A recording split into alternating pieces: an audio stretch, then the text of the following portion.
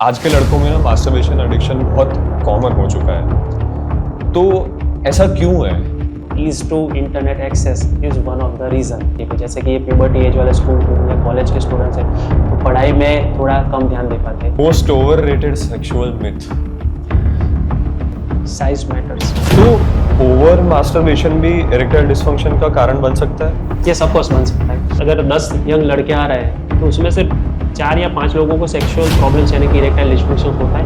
One sexual habit every man should build, masturbate regularly but don't get addicted. नहीं में without any sexual excitement या intercourse अपने आप penis खड़ा हो जाता है। It's a good sign of good testosterone. the more you indulge in sexual intercourse with your partner, तो उतना ही ज़्यादा आप बेड में लास्ट करोगे। सेक्स इज ऑल अबाउट बैठ के बातें करो, communications, emotional connections, food play, intercourse, after play, healthy talk. Sexual energy is the greatest energy in the world. That energy, if you convert it into self-improvement, तो you can do wonders. Doctor Tejas Patel, welcome to elite Gyan express.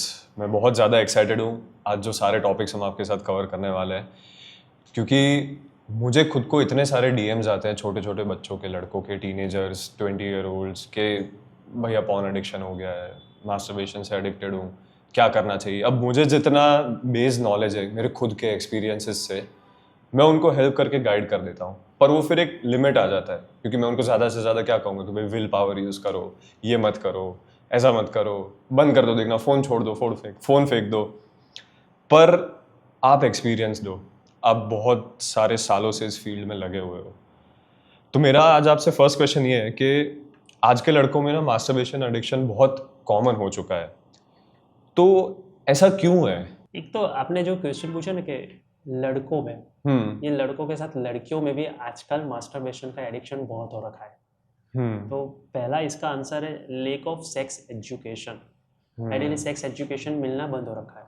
ठीक है, जैसे कि बात करें तो अगर मैं अब हम जहाँ से बिलोंग करते हैं इंडिया और पर्टिकुलरली गुजरात, पर्टिकुलरली अहमदाबाद, हम यहाँ के भी लड़कों की बात करें तो यहाँ के भी कभी स्कूल सिलेबस में सेक्स एजुकेशन के रिलेटेड कुछ चीज़ आई नहीं है। ठीक है, दूसरी चीज़ पेरेंट्स अपने लड़के या लड़कियों से सेक्स रिलेटेड टॉपिक्स ज़्यादातर अवॉइड करते हैं। अगर वो लोग टीवी भी देख रहे हैं और एक मूवी में रोमांटिक सीन आता है तो वो क्या करते हैं, रिमोट लेके चैनल चेंज कर देते हैं। ठीक है, तो लड़के या लड़कियां आजकल की जो यंग जनरेशन है उनको सेक्स एजुकेशन मिलता है अपने फ्रेंड सर्कल से। राइट। अब जो फ्रेंड सर्कल से जो एजुकेशन मिल रहा है वो पोर्नोग्राफी से इंस्पायर है, सोशल मीडिया से इंस्पायर है, तो वो बिल्कुल गलत है। और एक बार जिन्होंने मास्टरबेशन किया हुआ है तो उनको उससे प्लेजर मिला है, तो वो डेली मास्टरबेशन की लत लग जाती है और मास्टरबेशन के आदी हो जाते हैं।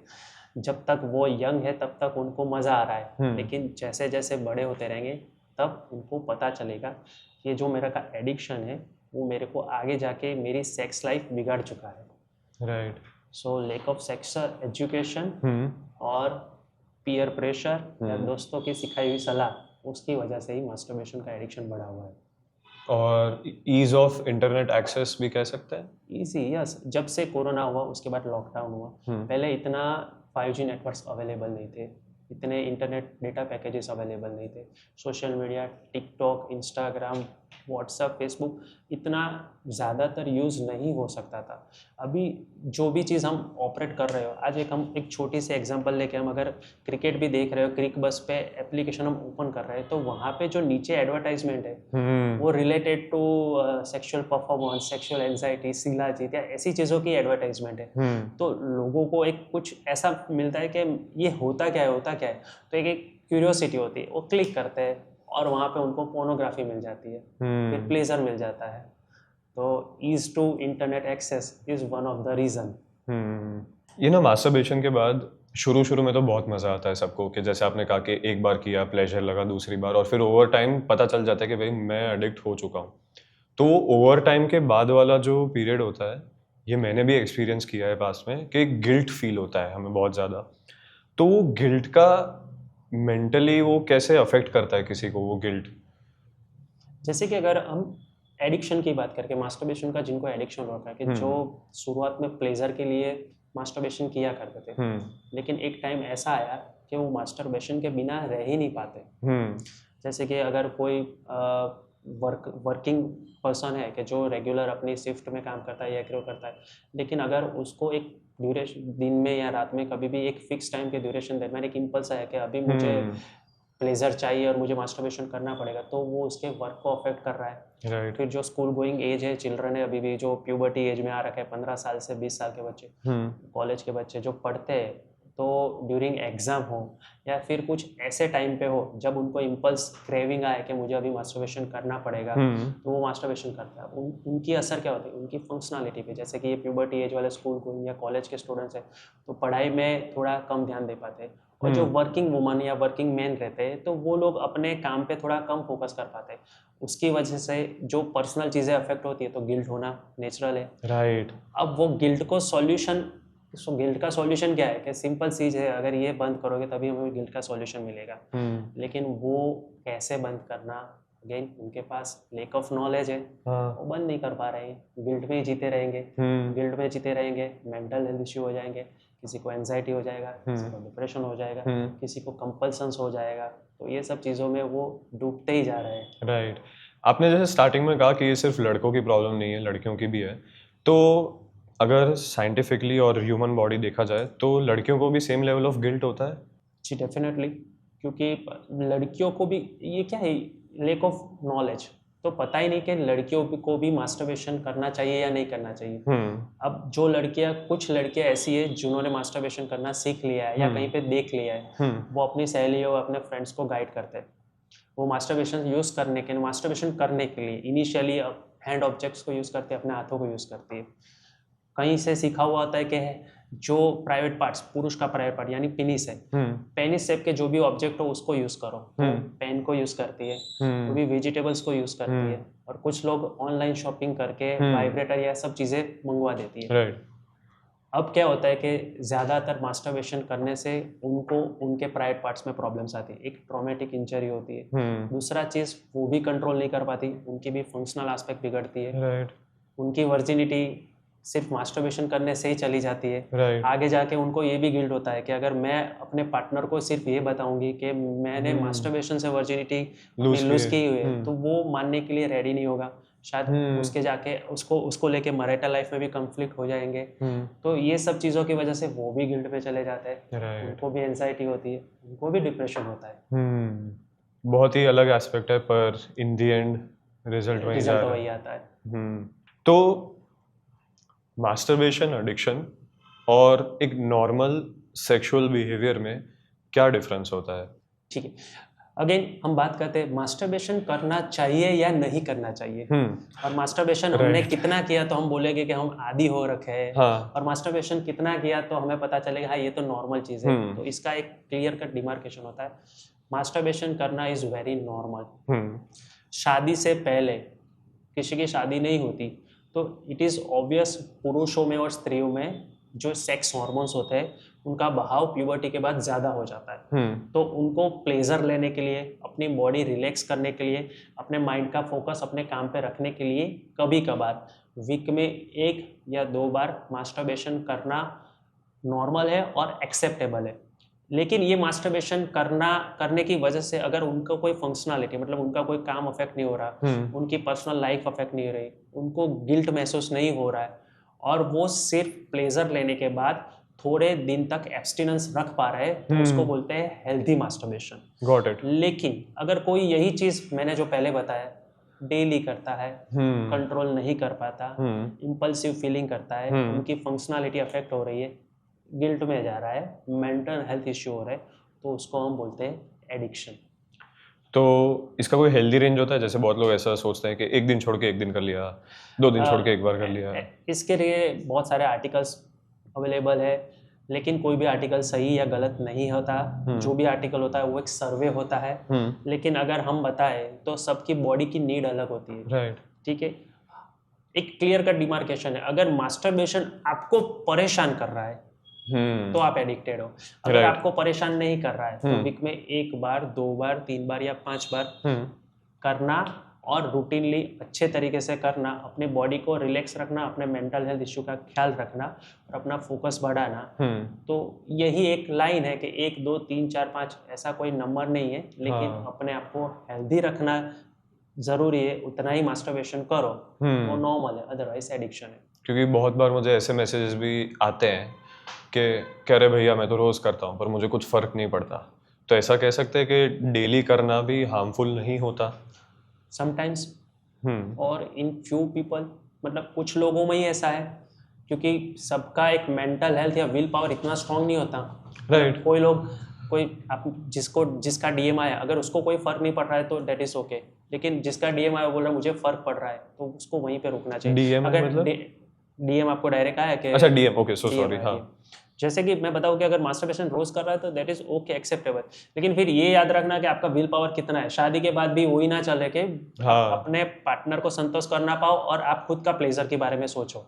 राइट। तो वो ध्यान रखना जरूरी है। और ये सब चीजें 2 महीना 5 साल या 10 साल की नहीं है। ह्यूमन अगर पुरुष और स्त्री में रिप्रोडक्टिव चीज़ें देखो और एज देखो तो 15 साल से लेके 50 या 60 साल तक होता है। ये तो कुल मिला के 30-40 साल की सेक्स लाइफ है। तो 1-2 साल के मास्टरबेशन की वजह से आप अपनी पूरी 30-40 साल की सेक्स लाइफ नहीं बिगाड़ सकते। क्योंकि एक बार एडिक्शन हो गया फिर पता ही नहीं चल रहा, छोड़ना बहुत डिफिकल्ट होता है। हाँ।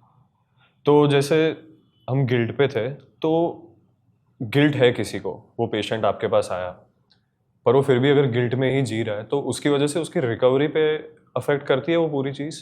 Of course. अगर कोई मेरे पास आ रहा है और मुझे बता रहा है कि मुझे मास्टरबेशन एडिक्शन हो रखा है, लेकिन मैं गिल्ट में हूँ और अभी मुझे छोड़ना भी हो और गिल्ट से भी बाहर आना है, तो उसके कुछ स्टेप्स होते हैं। ठीक है, पहले तो उसका बैकग्राउंड, उसका डिटेलिंग चाहिए। उसने ये कहाँ से सीखा, उसने कैसे सीखा, वो मास्टरबेशन किस तरीके से करता है। मास्टरबेशन करने के बाद जब वो एक्ट फिनिश हो जाता है उसको क्या थॉट्स आते हैं, क्या फीलिंग्स आते हैं, उसको जानना जरूरी है। राइट। जैसे ही समझाओ फिर उसको उतना जानने के बाद उसको पूरा सेक्स एजुकेशन देने की कोशिश करो। मैं क्या करता हूँ कि पूरा सही सेक्स एजुकेशन क्या है उसको देता हूँ। ठीक है, ये मैं हर सेशन में करता हूँ। उसको मैं काउंसलिंग में लेता हूँ और सेशन बेस्ड काउंसलिंग कराता हूँ। हर सेशन में उसको मैं सेक्स एजुकेशन देता हूँ। ठीक है, फिर कुछ ऐसे टिप्स देता हूँ जिसके वो उसका इम्पल्स कंट्रोल कर पाए। कि जब भी मास्टरबेशन करने का मन हो तब आपको क्या करने का, तो उसकी टिप्स होती है। वो पर्सन टू पर्सन अलग अलग होती है। उसका जो शौक है उसके माइंड को डाइवर्ट करने की तरीका होता है। अगर हमारी भाषा में समझाओ तो उसके माइंड को डाइवर्ट करना चाहिए, तो वो इम्पल्स कंट्रोल की मैं टिप्स देता हूँ। ठीक है, थोड़े टाइम तक मैं सोशल मीडिया से अवॉइड करने की कोशिश करता हूँ। इंटरनेट जो यूज़ हो गया है उसका मैं बंद करवाता हूँ। ये सब चीज़ें कराता हूँ। मैं उसका रेगुलर फॉलोअप देता हूँ। कुछ लोग मुझे ड्रामेटिकली 15 दिन या 20 दिन में ही मतलब चमत्कार हो जाता है और सही हो जाते हैं, लेकिन normally it takes 3 or 4 months at least, इतना टाइम तो लगता है किसी को रिकवरी लाने के लिए। राइट। बट ये मैनेजेबल है। करेक्ट। क्योंकि मुझे जब रियलाइज़ हुआ, बीइंग अ गाय ऑब्वियसली, मुझे ऐसा लगता है कि हर एक लड़का एक पॉइंट पे ऐसा फील करता ही है कि भाई मैं एडिक्ट हो चुका हूँ। तो जिस पॉइंट पे मुझे मेरी लाइफ में रियलाइज़ हुआ था, तो मेरे लिए तो वो सिर्फ ऐसा था कि मैंने स्विच बंद कर दी। तो मैंने ऐसे स्विच बंद करी, अब से मैं रोज़ ट्रैक रखूंगा कि मैं कितने दिन मास्टरबेट नहीं कर रहा हूँ, और मेरी स्ट्रीक मैं मेंटेन करता था, मैं लिखते जाता था, और वो फिर मेरे दिमाग में एक चैलेंज जैसा बिल्ड हो गया कि चलो देखते हैं और कितने दिन खींच सकते हैं। जो चीज़ मैंने सोची थी कि मैं 60 डेज नहीं करूँगा, वो इन दी एंड 336 डेज तक चली विदाउट टचिंग माई। इसको बोलते हैं, मतलब ये इतना मोटिवेशन तो मतलब बहुत कम लोग रख पाते हैं, और इतना स्ट्रॉन्ग विल पावर। ये again it's a game of will power, मैं कितना विल पावर में हूँ। लेकिन मैं बताऊँ, आपने जो किया तो 30% बॉयज ऐसे होते हैं जो कंट्रोल कर पाते हैं, 30% होते हैं जिनको टाइम लगता है, रेस्ट 30% अपने आप टाइम, जैसे टाइम जाता है वो समझ जाते हैं, मैच्योर हो जाते हैं, कि एज होती है मैच्योरिटी की, तब सब सही जाता है। Masturbation, addiction, guilt, anxiety, depression, rest जो 10% बचे उनको ही है। बाकी 90% लोग तो नॉर्मल है, हेल्दी है, उसको इतना बुरा नहीं लगना चाहिए कि मुझे कुछ एडिक्शन है या ये वो मैं बंद नहीं कर पाऊँ। 90% लोग नॉर्मल है, नॉर्मल मास्टरबेशन करते हैं, अपने आप रिकवर हो जाते हैं। जो प्रॉब्लम है, प्रॉब्लमेटिक तो 10% पॉपुलेशन है, उनको ही पता होना चाहिए कि मेरी स्विच कहाँ पे बंद करनी है। राइट। तो आपको ऐसा लगता है कि जो पूरा मास्टरबेशन एडिक्शन वाला जो पूरा कॉज है वो बोर्डम की वजह से या लोनलीनेस की वजह से भी बढ़ सकता है? क्योंकि अगर मेरे पास कोई पर्पस नहीं है, कोई लाइफ में कुछ बड़ा गोल या कुछ नहीं है, मैं घर पे पड़ा हूँ, सोचूंगा कि यार 4 बजे अब करना पड़ेगा। तो ऐसा होता है, ऐसे केसेस आते हैं, तो आप उनको क्या बोलते हो उस वक्त? One of the reason is boredom. Simple है, आप फ्री रहोगे तो आप यही करोगे। Get yourself busy. आपके पास कुछ मोटिव होना चाहिए, लाइफ में आप एम्बिशियस होने चाहिए, करियर बनाओ। करियर ना बन रहा हो तो करियर की क्या क्या अपॉर्चुनिटीज है, अपने दोस्तों से, अपने पेरेंट्स से एडवाइस लो, और अपने आप को इतना बिजी रखने की कोशिश करो कि बोर्डम कम हो जाए। जितना बोर्डम कम होगा उतना ही आपका एडिक्शन कम हो जाएगा, वरना जितना जितना बोर्डम बढ़ेगा उतना एडिक्शन बढ़ेगा। दूसरी एक चीज़ मैंने पाई गई है, जो लोग इंट्रोवर्ट है, जनरली क्या होता है कि अभी ये जेनजी जनरेशन चल रही है, जो भी जनरेशन चल रही है, तो सब लोग मतलब लड़का लड़कियां बहुत ज़्यादा अच्छे से दोस्त है, कैफेटेरियाज में जाते हैं, ये करते हैं, नाइट आउट करते हैं, हैंग आउट करते हैं, हुकअप्स करते हैं, ये सब चीज़ें करते हैं। उसमें कुछ लोग इंट्रोवर्ट है जो ये सब चीज़ें करना चाहते हैं, लेकिन ड्यू टू उनका नेचर ही इंट्रोवर्ट है, वो किसी के साथ अपना मैसेज कन्वे नहीं कर पाते, किसी को बता नहीं पाते, अपनी फीलिंग्स एक्सप्रेस कर नहीं पाते, तो वो सेक्सुअली एक्टिव नहीं हो पा रहे हैं, तो वो घर पे जाके क्या करेंगे, मास्टरबेशन करेंगे। तो ये इंट्रोवर्ट नेचर और ये बोर्डम, ये दोनों रीजन वैलिड रीजन है मास्टरबेशन का एडिक्शन के। वाह। आपने जैसे शुरू में मुझे पॉडकास्ट शुरू होने से पहले आई थिंक डोपामिन और सेरोटोनिन का भी एक एग्जांपल दिया था, तो साइंटिफिकली ऐसा प्रूवन है कि मास्टरबेशन एडिक्शन की वजह से कॉन्फिडेंस या तो फिर किसी की काम करने की इच्छा कम हो जाती है? 50-50 है, 50-50 है। मतलब 50-50 ये बताऊँ कि मतलब कुछ लोग ऐसा बोलते हैं कि सर मेरे जो सेक्स हार्मोन्स है ऐसे कि मैं जब भी मास्टरबेशन करता हूँ तो मैं काम में अपना 100% नहीं 200% दे पाता हूँ। और कुछ लोग ऐसा बोलते हैं सब जब मैं मास्टरबेशन करता हूँ तो मैं गिल्ट में चला जाता हूँ, जो मैं 100% दे रहा हूँ उसका मैं 10% दे पाता हूँ। तो साइंटिफिक डेटा भी यही है कि 50-50% है। It's a game of will power, motivation, knowledge. Right. Usually जो आपके पास पेशेंट्स आते हैं ये कॉज को लेके, इसको एग्जैक्टली स्टेट कैसे करना चाहिए? जैसे मास्टरबेशन एडिक्शन है तो इसको कोई बीमारी बोलेंगे या स्टेट ऑफ माइंड बोलेंगे, क्या बोलेंगे? इसको बीमारी तो नहीं बोल सकते, करेक्ट, क्योंकि पहले भी मैंने बताया कि मास्टरबेशन करना it's very normal, healthy routine. Week में 1-2 बार 3 बार अपना प्लेजर के लिए करो, that is okay, that is acceptable. हमें हमारी लिमिट पता है, तो इसको बीमारी नहीं बोल सकते, ठीक है। तो इट इज अगेन एडिक्शन, तो ये कुछ चीज़ों तो है, कुछ चीज़ है। इसको एक स्टेट ऑफ माइंड बोल सकते हैं कि जो कमज़ोर माइंड वालों का गेम है, कि जो अपने माइंड को इतना स्ट्रांग नहीं रख पा रहा है, कि जो अपने दिमाग को, अपने बॉडी के हार्मोन्स को, अपने प्राइवेट पार्ट्स को कंट्रोल में नहीं रख पा रहा है, वही उसका एडिक्ट हो रखा है।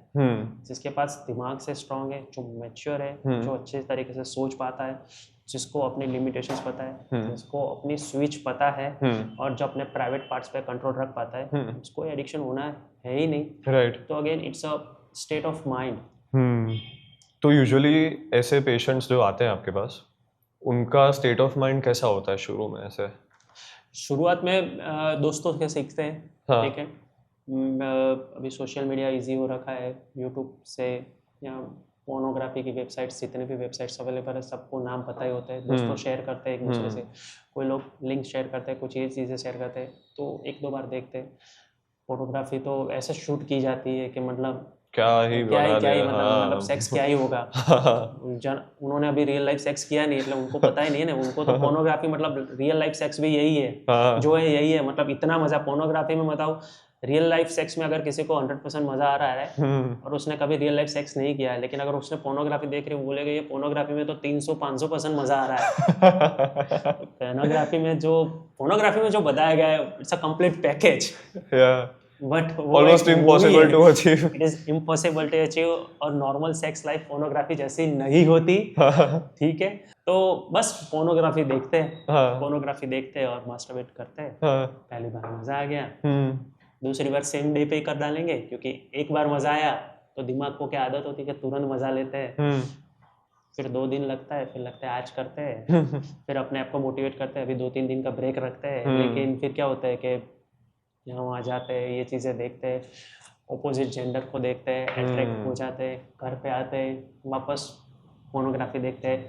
पोर्नोग्राफी में भी क्या है, मतलब मैं बताऊँ कि मिलियंस और बिलियंस ऑफ वीडियोस अवेलेबल है। आज देखा अलग, कल अलग देखा, परसों अलग देखा, तो अलग अलग मॉडल्स को देख के अलग अलग पोजीशंस, अलग अलग चीजें देख के मन हो जाता है, ललचाते हैं, और वो उसमें घुसते ही जाते हैं, राइट, पता ही नहीं रहता। हाँ। मैं सर नेक्स्ट क्वेश्चन पोर्नोग्राफी के ऊपर ही होने वाला था कि ऑब्वियसली कोई मास्टरबेशन एडिक्शन है किसी को, तो उसका one of the root cause मैं ऐसा मानता हूँ कि पॉर्न एडिक्शन भी है, क्योंकि कोई इंसान शायद अपनी इमेजिनेशन से कितना ही ज़्यादा कर लेगा, इन दी एंड वो प्लेजर जब नॉर्मलाइज हो जाता है एक बेस लेवल, वो उसके बाद उसको बढ़ाने का अटेम्प्ट करता है कि मैं और कितना ज़्यादा प्लेजर सीख कर सकूँ, कैसे अपने आप को और ज़्यादा बेटर फील करवा सकूँ।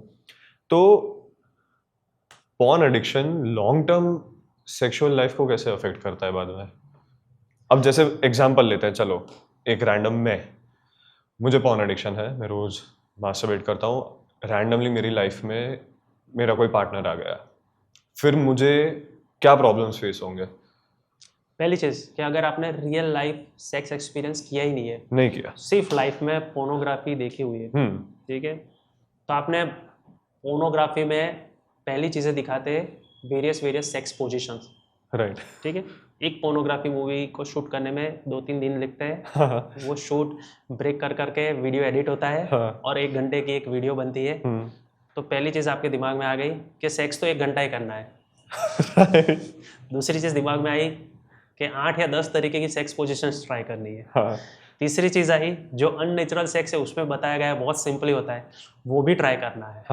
जैसे कि अननेचुरल सेक्स बोलते हैं वजाइनल सेक्स के अलावा जो ओरल सेक्स है और एनाल सेक्स है, जिसको अननेचुरल बोलते हैं। वैसे तो नेचुरल ही है, लेकिन unnatural as per our thinking बोलते हैं। और फिर फीमेल्स के जो साउंड है वो साउंड लाउडर होने चाहिए, ऐसे होने चाहिए, कोई मोन कर रहा है, कैसे कर रहा है। हाँ। फिर फीमेल ये चीज़ें, उसमें जो भी प्रोब है वो यूज़ करना चाहिए। अब वो आपने देखा और आप गए पहली बार सेक्स करने के लिए, ठीक है, ये लेके चले गए कि चलो ऐसा ही होने वाला है, ठीक है। अब आप जब सेक्स करोगे, ठीक है, तो नॉर्मल सेक्स होगा 4 या 5 मिनट या 7 minute, correct, max to max 10 minute, ठीक है। उससे पहले 10-15 मिनट का फोर प्ले होगा, तो कुछ मिला के 20-25 मिनट में खत्म हो जाएगा, ठीक है। आप ना 10 पोजीशन ट्राई कर पाओगे, ना जो 2-3 अननेचुरल सेक्स है वो ट्राई कर पाओगे, ना प्रोब यूज कर पाओगे, खत्म हो जाएगा। आपकी जो खुशी है वो दुख में पलटवा हो जाएगी। आप बाहर आके बोलेंगे कि यार लड़की सही नहीं थी, या मेरे को सेक्सुअल प्रॉब्लम है, मैं वो पोर्नोग्राफी वाला सेक्स ही नहीं परफॉर्म कर पाया, राइट, ठीक है, क्योंकि मुझे ये करना था, मुझे वो करना था, मुझे ये करना था, मैं कुछ नहीं कर पाया, ठीक है। बाहर आके सोचोगे मुझे इरेक्टाइल डिसफंक्शन होगा तभी मैं 1 घंटा परफॉर्म कर पाया, राइट, यार मुझे तो प्रीमेच्योर इजैक्यूलेशन है यार, के मैं उसको प्लेजर ही नहीं पाया, 1 घंटा देता। तीसरी चीज़ ये आएगी कि पोर्नोग्राफी में तो लड़कियां चिल्लाती है, उसका तो इतना साउंड ही नहीं निकला, मतलब मैं मेरे पार्टनर को सेटिस्फाई नहीं कर पाया, definitely I am having some sexual disorder, मुझे तुरंत ही किसी सेक्सोलॉजिस्ट के पास जाना पड़ेगा, मुझे अपने सेक्सुअल प्रॉब्लम्स की ट्रीटमेंट करानी पड़ेगी। मैं ये हो रखा हूँ, मैं नपुंसक हो रखा हूँ, मैं वो हो रखा हूँ। पार्टनर से बात करने या मैसेज करने में गिल्ट होगा कि मुझको कैसे पता पूछ पाऊँ कि are you satisfied with me और नॉट, क्योंकि वो बोलेगी नहीं मुझे, या वो झूठ बोलेगी हाँ मैं आप मेरे को सेटिस्फाई कर पाऊँ। तो ये पोर्नोग्राफी की बिलीफ हो गई और पहली बार का सेक्स अटेम्प्ट हो गया, और जो हुआ साइकिल चली हुई, कॉन्ट्रास्ट हुआ, आप फंस गए। ये तो बहुत ही गजब रियल एग्जांपल। तो अब सेम चीज अगर लड़कियों के पर्सपेक्टिव से सोचे तो, हाँ चलो अभी लड़कियों की स्टोरी देखते हैं। उन्होंने पोर्नोग्राफी देखी, ठीक है, लड़कियों का पर्सपेक्टिव थोड़ा अलग रहेगा। वो पोर्नोग्राफी में ये देखते हैं कि लड़कियां क्या क्या परफॉर्म करती है, तो वो अपने पार्टनर को सेटिस्फाई करने के लिए ब्लो जॉब ट्राई करेगी, वजाइनल सेक्स करेगी, एनल सेक्स का भी ट्राई करेगी, कि चलो वो भी करते क्योंकि पोर्नोग्राफी में दिखाया गया है, राइट। वो प्ले डिफरेंट तरीके से करने का ट्राई करेगी, वो अपना सब कुछ देने के लिए रेडी रहेगी, राइट। लेकिन वो भी सामने एक्सपेक्टेशन उनकी बढ़ जाएगी कि पहले तो पार्टनर के पेनिस की साइज से लेकर सब एक्सपेक्टेशन बढ़ेगी। अब उसमें जो एक्टर्स होते हैं वो सब स्टीरॉइड इंजेक्शन ये वो सब ट्रीटमेंट करा के बैठे हुए हैं, और उनकी पेनिस की साइज, और अगर हम इंडियन मेल पॉपुलेशन के पेनिस की साइज कंपैरिजन करें तो वो थोड़ी कम रहेगी, ठीक है। तो वो जो लड़की इमेजिन करके आई है, वो थोड़ा उसका नजरिया अलग हुआ है। अब वो बेड पे परफॉर्म करेगी, वो आपके साथ ओरल सेक्स करेगी, वजाइनल सेक्स करेगी, एनल सेक्स की कोशिश करेगी, हालांकि पहले अटेम्प्ट में ना भी हो पाए, फेलर हो जाए, क्योंकि उसमें बहुत फेलर मिलता है, इट्स डिफिकल्ट टू परफॉर्म, वो सब करेगी। लेकिन उसके दिमाग में जब से वो सामने वाले पर्सन को देखेगी, तब से उसको पेनिस की साइज से लेके, उसके शेप को लेके, उसके बॉडी के कर्वेचर को लेके थोड़ा तो ये फील होगा कि ये हेल्दी मेल नहीं है। राइट। ठीक है, फिर जब वो परफॉर्म करेगा और 5 मिनट 10 मिनट के अंदर सेक्स खत्म हो जाएगा, हाँ, तब वो सोचेगी कि आइडियली 30 मिनट 40 मिनट 50 मिनट कर पाए, मुझे ऐसा पार्टनर चाहिए, मुझे ये 5 मिनट या 10 मिनट वाला नहीं चाहिए। तो शायद सामने वालों को डिमोटिवेट करे या झूठ बोल दे या कुछ भी बोले, लेकिन वो इतना तो मैसेज कन्वे करेगी कि I am not happy. Routinely Indian female में ऑर्गेज्म मिलना is very difficult. True. Male में 5 से 7 मिनट में मिलता है, फीमेल में 7 से 14 मिनट में मिलता है। जब मेल का खत्म हो जाता है, उसके बाद तो फीमेल का ऑर्गेज्म होना शुरू होता है। राइट। तो 10-20% फीमेल ही ले पाती है, तो वो भी सोचेगी कि मेरे पार्टनर को कुछ प्रॉब्लम है। राइट। तो ये जो पोर्नोग्राफी वाला है ना, वो सेक्स में काफी मिथ्स क्रिएट करता है और परफॉर्मेंस प्रेशर क्रिएट करता है। तो इसमें तो कोई ऐसे सेक्सुअल रिलेशनशिप वाइज कोई इमोशनल प्रॉब्लम्स वाले पेशेंट्स आते हैं फिर? ऑफ कोर्स, अब ये चीज हो गई ये हो गया पोर्नोग्राफी। शुरुआत में पोर्नोग्राफी देखा, शुरुआत में मास्टरबेशन किया, ये किया, और फिर रियल लाइफ सेक्स एक्सपीरियंस करने गए। ठीक है, तो जो दिमाग में चल रहा था कि सेक्स ऐसा होना चाहिए, ऐसा होना चाहिए, नहीं हो पा रहा है। तो जो छुप छुप के मिलना था, सेक्स करना था, जिसकी मजा लेनी थी, जिसको डोपामाइन रिलीज करना था, प्लेजर लेना था, प्लेजर रिलीज नहीं हुआ। क्योंकि एक्सपेक्टेशन के अनुसार सेक्स ही नहीं हुआ है। राइट। तो ultimately it leads to emotional disturbance. दोनों का झगड़ा हो सकता है। राइट। दोनों एक दूसरे को कुछ बोल देंगे। ठीक है, 2-4 दिन बातें नहीं करेंगे। ठीक है, कहीं पे और गलत सलत सलाह लेने जाएंगे, कहीं पे गूगल करेंगे, कहीं पे ये करेंगे, वो करेंगे, लेकिन अच्छी जगह से नॉलेज नहीं लेके कि रियल लाइफ सेक्स एक्सपीरियंस क्या है। राइट। ऐसे टाइम पे आप उनको क्या एडवाइस करोगे? जनरली मैं यही एडवाइस करता हूँ कि आप लोगों से एडवाइस लेते हैं तो कोई अपने बेडरूम सीक्रेट्स कोई शेयर नहीं करता। ठीक है, तो कोई अपने पति के बारे में गलत नहीं बोलता, या कोई पति अपनी पत्नी के बारे में गलत नहीं बोलता। If you are asking someone के आपकी सेक्स लाइफ कैसे चल रही है, बोलेंगे हेल्दी है, नॉर्मल है, हम वीकली 2-3 बार करते हैं and we are doing well, मेरी वाइफ सेटिस्फाई हो जाती, मैं हो जाती, और हमारे 2 बच्चे, ये वो परफेक्ट चल रहा है। अब इन लोगों से बोलोगे तो वो गलत एडवाइस हुई। अगर वहां पे सेक्स लाइफ सही नहीं चल रही होगी तो उनको एडवाइस देनी चाहिए, लेकिन वो नहीं देता। तो वो लोग गूगल करते हैं, पोर्नोग्राफी आर्टिकल्स ये सब पढ़ते हैं, जिसमें सब परफेक्ट ही लिखा होता है। बुक्स तो परफेक्ट होती है ना, तो बुक्स में जो परफेक्ट लिखा होता है, लेकिन रियल लाइफ सेक्स थोड़ा गलत है। शायद कोई अच्छे मोटिवेशनल स्पीकर हो, अच्छे सेक्स एजुकेटर हो, हमारे जैसे लोग हो, वहाँ पे आओ, एक अपनी सेक्स लाइफ ओपनली डिस्कस करो। राइट। हम जो सही है वो सही बताएंगे, और जो गलत है वो गलत बताएंगे। ऐसे टाइम पे ऐसी एक अंडरस्टैंडिंग होनी चाहिए दोनों पार्टनर्स के बीच में कि हमें ओपन रहना है कम्युनिकेशन के साथ। Communication is the key. हाँ, अगर वाइफ को संतोष नहीं मिल रहा है, वो अपने पति को बताए। अगर पति सेटिस्फाई नहीं हो रहा है, अपनी पत्नी को बताए। तो दोनों एक दूसरे से सेटिस्फाई नहीं हो रहे, इमोशनल डिस्टर्बेंस हो रहा है, वो साइकियाट्रिस्ट, सेक्सोलॉजिस्ट उनके पास जाए, ओपनली डिस्कस करे, कम्युनिकेट करे, और फिर उसका सॉल्यूशन ले। दैट्स इट, इतना ही सिंपल है। राइट। लेकिन शर्म है, स्टिग्मा है, और लोगों के सामने कुछ रॉन्ग प्रूव करना है तो नहीं जाएंगे ये लोग।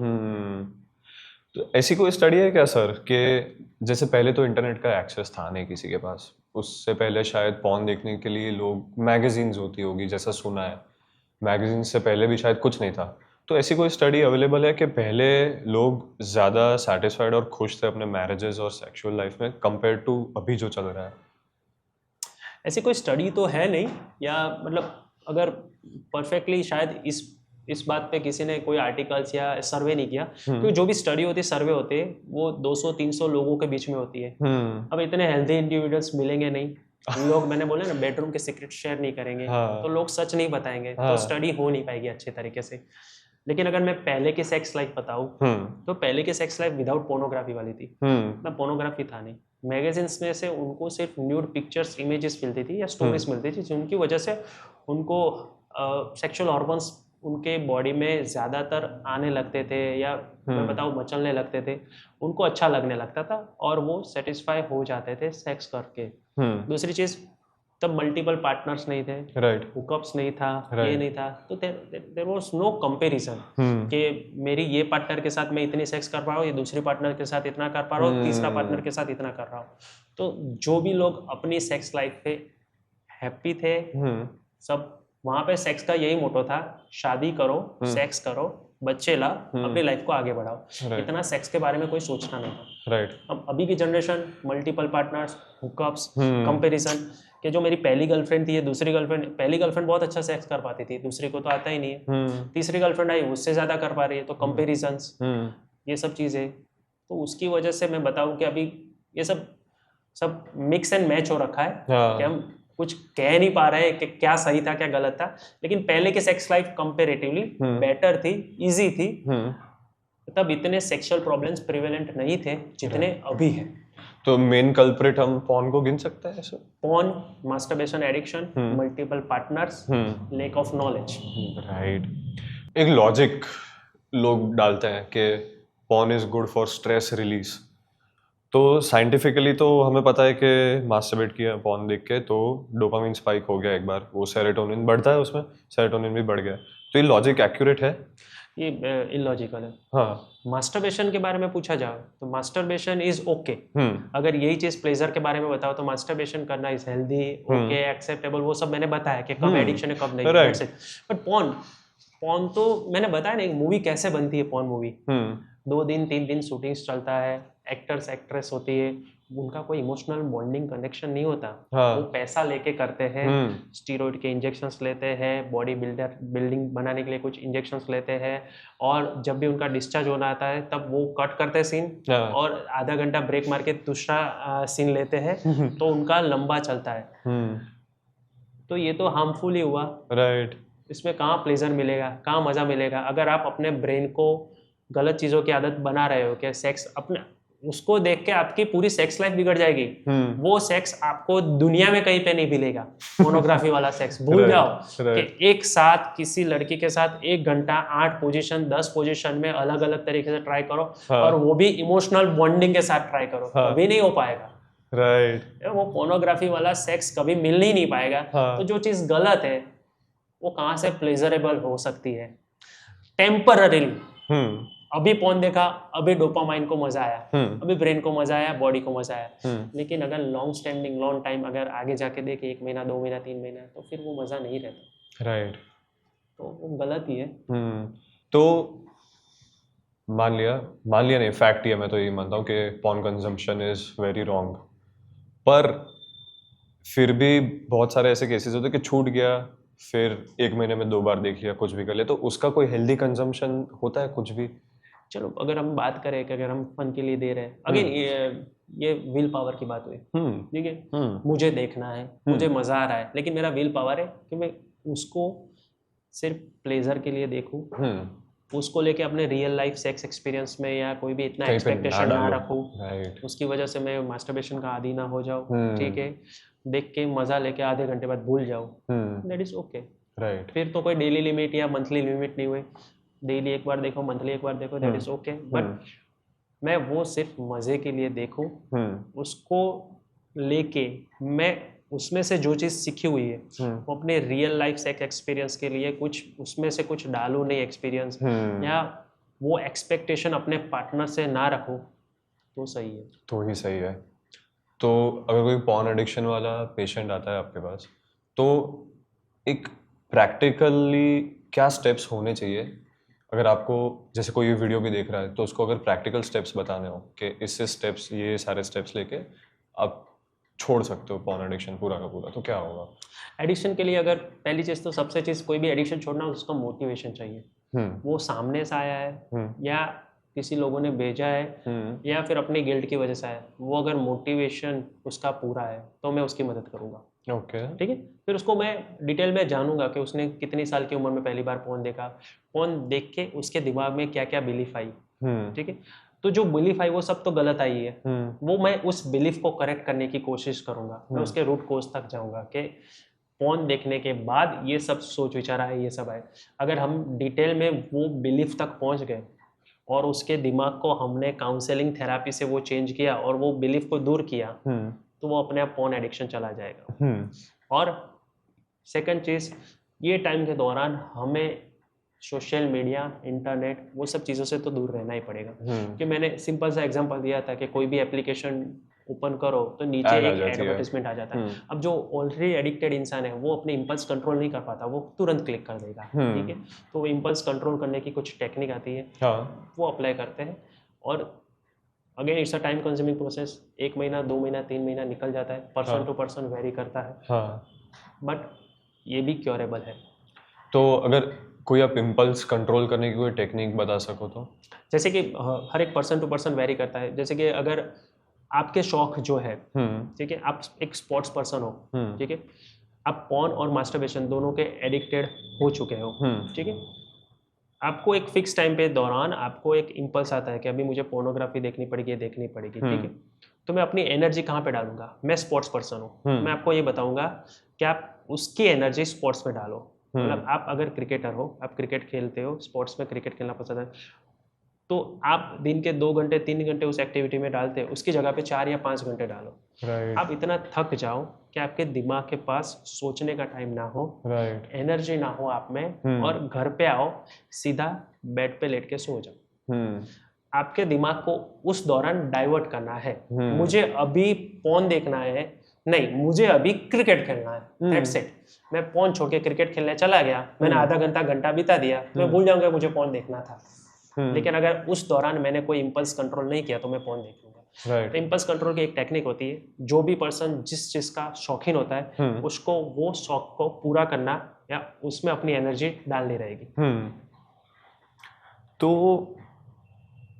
यूजुअली ऐसा अज्यूम करते हैं कि सारे लड़के मोस्टली रात को सोने से पहले मास्टरबेट करते हैं, और उनकी आदत होती है, क्योंकि ये this is because of Instagram only, मैंने मीम्स के थ्रू जाना है बहुत ज़्यादा, कि वो लोग रात को सोने से पहले अपने ही बेड पे इधर करेंगे या तो वॉशरूम में जाके करेंगे। तो ऐसे टाइम पे, तो जैसे अगर हम एथलीट वाला एग्जांपल साइड में रख देते हैं, तो ऐसे टाइम पे उसको क्या करना चाहिए? एक तो अपनी एनर्जी डाइवर्ट करनी चाहिए। टोटली जो भी चीज़ जो करते हैं, मतलब जो स्टूडेंट्स होते हैं वो अपने रात को सोते टाइम, मैं बताऊँ कि अपना प्लानिंग करे स्टडी के रिलेटेड। वो कॉलेज स्टूडेंट्स हो, अपना एनर्जी उसमें डाइवर्ट करे कि को करिकुलर एक्टिविटीज़ या एग्जाम से रिलेटेड थॉट्स, या जो भी फंक्शनल मैरिड मैन है या जो भी मैन है, वो अपना दूसरे दिन का प्लानिंग करे। उसके अलावा हेल्दी वेब सीरीज अवेलेबल है, इंटरनेट का यूज़ करो, उसमें हेल्दी वेब सीरीज आधा घंटा देख लो। दिमाग को सिर्फ आधा घंटा डाइवर्ट करना है, 5-10 मिनट नहीं, 5-10 मिनट में तो वापस याद आ जाएगा, लेकिन आधा घंटा डाइवर्ट करो, अपनी एनर्जी उसमें डालो, वहाँ पे हो जाए। अगर वो नहीं कर पा रहे हो तो सोने से पहले 15-20 मिनट वॉक कर लो, फास्ट वॉक कर लोगे, थक जाओगे, पानी पी के सो जाओ, वो भी हो सकता है। अगर वो नहीं हो रहा है तो दोस्तों से फ़ोन पे बात कर लो, 10-15 मिनट बात करो। उस टाइम पे दौरान आपको सिर्फ जो थॉट्स आया कि मुझे फ़ोन देखना या मुझे मास्टरबेशन करना, उस थॉट्स को डाइवर्ट करने के लिए आपके पास 15 मिनट से 30 मिनट तक कुछ होमवर्क चाहिए। वो आपने होमवर्क परफॉर्म किया तो आप वो थॉट्स दूर कर पाओगे और वो चीज़ हो जाएगी। दूसरी कैलेंडर टेक्निक, आप अपने आप को मोटिवेट करो। अगर आपको छोड़ना है तो कैलेंडर पे मार्क्स करते रहो। जैसे जैसे 1, 2, 3, 4, 5, 10 मार्क्स हो जाएंगे, आप अपने आप को हेल्दी महसूस कर पाओगे। आप अपने आप को लिखोगे yes I can and I will, तो वो हो जाएगा। धीरे धीरे टिक करते करते जैसे टिक बढ़ते रहेंगे, एक ऐसा टाइम है वो टिक करना बंद कर देंगे, लेकिन यहाँ पे वो कुछ करेंगे नहीं, ना पोर्नोग्राफी ना मास्टरबेशन। वो अपने गिल्ट से दूर रहेंगे, वो अपने एडिक्शन से दूर रहेंगे। राइट। मैंने एक चीज़ नोटिस की थी, और मैंने एक बुक भी पढ़ी थी, उसमें ऐसा लिखा हुआ था कि sexual energy is the greatest energy in the world, कि that energy if you convert it into self improvement तो यू कैन डू वंडर्स। तो मैंने, जब मेरी स्ट्रीक वो चल रही थी 336 डेज वाली, तो मैंने डे 20-25 पे नोटिस करना शुरू कर दिया था कि मुझे बहुत ज़्यादा कॉन्फिडेंस फील होने लगा था। किसी तरह का मैं स्ट्रेस नहीं लेता था, कुछ नहीं हो रहा था, मैं बहुत अच्छे से ज्यादा काम कर पा रहा था। तो ये सारी चीजें होती है लोगों के साथ जब वो एडिक्शन से दूर हो जाते यस हैं। Yes yes yes definitely. मैंने बोला ना, आपने उस टाइम पे भी कुछ इम्पल्स कंट्रोल किया अपना, और आपने अपनी एनर्जी कहीं पे डाइवर्ट की। राइट। मैंने क्या बोला, पर्सन टू पर्सन वेरी। मेरे पास जो जो स्पोर्ट्स पर्सन आया, जो स्पिरिचुअल पर्सन आया, या जो भी पर्सन आया, मैंने बोला कि आप अपना आधा घंटा पोर्नोग्राफी मास्टरबेशन की जगह पे स्पोर्ट्स में डालो, तो उसका आउटकम अच्छा आएगा। राइट। वो अच्छा क्रिकेटर बनेगा। जो स्पिरिचुअल लोग हैं, वो लोग हैं, आप फोन या एडिक्शन की जगह आधा घंटा और स्पिरिचुअलिटी में डाल दो, तो वहाँ पे उसका आउटकम ज़्यादा आएगा। ठीक है, तो जो अपनी एनर्जी, अपनी चीज़ें जिसमें जो मेरा मोटो है, मेरा एम है, जिसमें मैं एम्बिशियस हूँ, मेरा गोल है, अगर मैं उसमें ज़्यादा डालूंगा तो आउटकम मस्त आएगा ना। राइट। ब्रिलियंट, मतलब आप उस चीज़ में क्रैक कर पाओगे, हाँ। और ये चीज़ छूट जाएगी। हाँ। मैं ऐसा नहीं बोल रहा हूँ कि आप स्पोर्ट्स पर्सन नहीं हो, लेकिन आपको इंपल्स दूर करने के लिए क्रिकेट खेलना है, ऐसा नहीं करना है। हाँ। ऐसा करने से वो जो कुछ भी आपका गोल है, हाँ, एम है जो लाइफ में, गोल उसकी है वो तरफ करो। काम करो। तो यही अगेन बोला ना कि sexual energy is the best energy. वो एनर्जी वहाँ पे आपने डाइवर्ट की, तो आप अपने पर्सनल करियर में, मतलब ग्रोथ रिलेटेड जो भी चीज़ें, उसमें काफ़ी आगे तक बढ़ पाओगे। राइट। अब दूसरे टॉपिक पे आते हैं, पॉर्न एडिक्शन, मास्टरबेशन एडिक्शन। अब इन सबका एक दूसरा कॉज निकल के आता है इरेक्टाइल डिसफंक्शन, और आजकल यंग लड़कों में होता है, ज़्यादा हो गया यंग लड़कों में आजकल। जनरली बताऊँ ना, लेक ऑफ नॉलेज है पोर्नोग्राफी एडिक्शन की वजह से। मेरे पास अगर 10 यंग लड़के आ रहे हैं, तो उसमें से 4 या 5 लोगों को सेक्सुअल प्रॉब्लम्स यानी कि इरेक्टाइल डिसफंक्शंस होता है, 4 या 5 लोगों को इरेक्टाइल डिसफंक्शंस नहीं होता। पर वो सिर्फ सोच के ऐसा वो सोचते हैं, वो जो उनकी एक्सपेक्टेशन के अनुसार सेक्स नहीं हुआ होता, मतलब 4 मिनट हुआ और फिर शायद इजेक्यूलेट हुआ या नहीं हुआ, लेकिन अपना पेनिस लूज हो गया, तो उनको लगता है कि मुझे इरेक्टाइल डिसफंक्शन हुआ। वो इरेक्टाइल डिसफंक्शन में आपने सेक्स परफॉर्म किया, अब स्ट्रेस की वजह से इजेक्यूलेट नहीं हुआ, या स्ट्रेस की वजह से थोड़ा लूज हुआ, that is not erectile dysfunction. Erectile dysfunction is difficult, multiple times fail आता है, पार्शियल इरेक्शन आता है, ड्यूरिंग इंटरकोर्स लूज हो जाता है। ठीक है, कुछ रिस्क फैक्टर्स है, कुछ एज फैक्टर्स है, कुछ एडिक्शन है, कुछ चीज़ों, ये सब चीज़ों की वजह से अगर आपको बार बार परफॉर्म करने में प्रॉब्लम्स हो रही है, तो that is actually erectile dysfunction. Got it. वो जो हुआ, वो जस्ट ये लगा कि इरेक्टाइल डिसफंक्शन है, हाँ, वो नॉर्मल है। नॉलेज ही नहीं है सेक्सुअल, मतलब सेक्स रिलेटेड हेल्थ इश्यू का या नॉर्मल सेक्स लाइफ का, तो आपको तो काफी कुछ प्रॉब्लम होने ही वाले हैं। पहले नॉलेज रखो, हाँ, फिर चलेगा। ये सारे यंग लड़कों के लिए तो ये सारे इंडिकेटर्स होते हैं कि आपको ईडी एक्चुअली है या नहीं है। एक मेरे बहुत सारे डॉक्टर फ्रेंड्स हैं जो मेरी एज के हैं, तो जब वो पढ़ रहे थे इस टॉपिक के बारे में, तब उन्होंने मुझे कहा था कि morning erection is a good sign of कि आपका टेस्टोस्टेरोन अच्छा चल रहा है। यस यस एग्जैक्टली, सही चीज़ है। मॉर्निंग में जब हम उठते हैं, उठने के साथ बोलते हैं कि पेनिस भी उठ जाता है। हाँ, हम खड़े हुए पेनिस खड़ा हुआ तो हमारा टेस्टोस्टेरोन सही। ओके। हम खड़े हुए पेनिस खड़ा नहीं हुआ तो हमारा टेस्टोस्टेरोन लो। ये एक पहली साइन है। और ये पहली साइन टेस्टोस्टेरोन लो होने की है। उसके बाद यही साइन आगे जाके इरेक्टाइल डिसफंक्शन की निशानी है। Got it. मॉर्निंग में सुबह 6 से 10 बजे या 11 बजे तक बॉडी में टेस्टोस्टेरोन हार्मोन्स बढ़ता है। धीरे धीरे इवनिंग, रात के टाइम पे स्ट्रेस आता है, बॉडी थक जाती है, वर्क होता है, फूड हैबिट्स चेंज होती है, उसकी वजह से टेस्टोस्टेरोन हार्मोन्स कम होता है और इरेक्शन नेचुरल नहीं होता। जब भी सेक्सुअल इंटरकोर्स करना हो या सेक्सुअल एक्साइटमेंट हो तभी होता है। मॉर्निंग में विदाउट एनी सेक्सुअल एक्साइटमेंट या इंटरकोर्स अपने आप पेनिस खड़ा हो जाता है। It's a good sign of good testosterone. वाह, नाइस। चलो, फैक्ट मतलब हैप्पी। तो अभी हमने पहले जैसे मास्टरबेशन एडिक्शन की बात की, या तो फिर उसमें एक और टॉपिक ऐसा था जिसमें आपने बताया कि अगर आपकी आउटसाइड लाइफ मास्टरबेशन एडिक्शन की वजह से बॉदर नहीं हो रही, या आपके किसी भी तरह से रिजल्ट्स अफेक्ट नहीं हो रहे मास्टरबेशन की वजह से, तो कोई इशू नहीं है, और एक हेल्दी हैबिट की तरीके से भी वो रखी जा सकती है अगर आपका कंट्रोल उसके ऊपर है। तो ओवर मास्टरबेशन भी इरेक्टाइल डिसफंक्शन का कारण बन सकता है?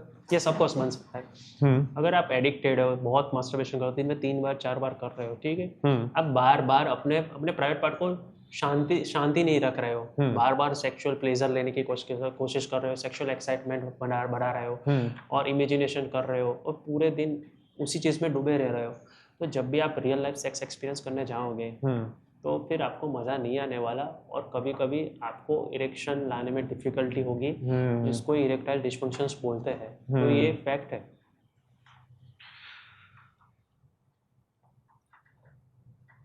ये बहुत इंटरेस्टिंग क्वेश्चन है, क्योंकि आपने कहा कि एक तो कंफ्यूजन होता है सबसे पहले लड़कों को कि मुझे इरेक्टाइल डिस्फंक्शन है या नहीं है, पहली चीज़ तो ये।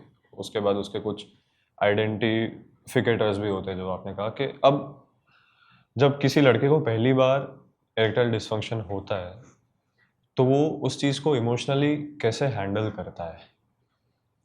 ज़्यादातर मेरी प्रैक्टिस में भी मैंने देखा हुआ है, और ये बुक्स लिटरेचर भी बताते हैं, आर्टिकल्स भी बताते हैं, 90% sexual dysfunctions are psychological. Psychological erectile dysfunctions मतलब क्या? स्ट्रेस की वजह से, ओवर थिंकिंग की वजह से, और परफॉर्मेंस प्रेशर की वजह से आपके पेनिस में इरेक्शन नहीं आना। ठीक है, अगर एक बार इरेक्शन नहीं आया, राइट, और उसी टाइम पे पार्टनर को वो संतोष नहीं कर पाए, तो उसके जो इम्पैक्ट है वो काफ़ी हद तक होता है, वो ट्रॉमा में कन्वर्ट वो ट्रॉमा होता है। पहली चीज़ तो एक होती है कि कई पार्टनर कोऑपरेटिव नहीं होते, तो वो हंसने लगते हैं। Very bad. ठीक है, वो हंसने लगते हैं कि क्या हुआ, मतलब नहीं हो पा रहा, ये वो 4-5 टोंट मार देते हैं। दूसरी चीज़, उसके पास, लड़के के पास भी इतना नॉलेज नहीं था, वो इतना एजुकेशन सेक्स के बारे में नहीं रख पाता था। उसके दिमाग में थॉट्स आ जाती है कि यार मैं नपुंसक हो रखा हूँ, मेरे में नपुंसकता आ रही है, अब मैं शादी करूँगा या कुछ भी करूँगा तो मैं अपने लाइफ पार्टनर को कैसे सेटिस्फाई कर पाऊँगा। उसके दिमाग में गिल्ट आता है, ओवर थिंकिंग का लेवल ये बढ़ जाता है कि बोलूँगा कि मैं शादी भी करूँगा तो मेरी लाइफ पार्टनर मेरे से लॉयल नहीं रहेगी, वो कहीं और पार्टनर ढूंढने की कोशिश करेगी।